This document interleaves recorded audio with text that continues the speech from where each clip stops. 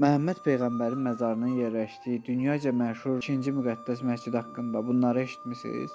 623-cü ildə Mədinə şəhərində açılışı olan məscid Peyğəmbər və onun müsəlmanları tərəfindən birlikdə inşa olunur. İlk başlarda çox sadə tərzdə xurma kötüyündən sütun, budaqlarından dam, divarları daşdan olmaqla sadə məscid meydana çıxır. Hətta Peyğəmbərin cümə danışıqlarını kiçik bir ağac kötüyünün üzərinə çıxaraq söylədiyini yazırlar. Peyğəmbərin vəfatından sonra bu məsciddə onu dəfn edirlər. Əməvi, Abbasi və Osmanlı dövründə bərpa prosesləri nəticəsində klassik İslam memarlığı üslubu meydana gəlir ki, Peyğəmbər türbəsi 3 mehrab, minbər, 5 minarəli, zəngin bir məscid üslubu ortaya çıxır. Məscidin bəzədilməsində İslam üslubuna xas olan ornamentlərlə yanaşı zəngin daşqaşlardan da istifadə edilir. Bəs sizin müqəddəs tikili haqqında düşüncələriniz nələrdir?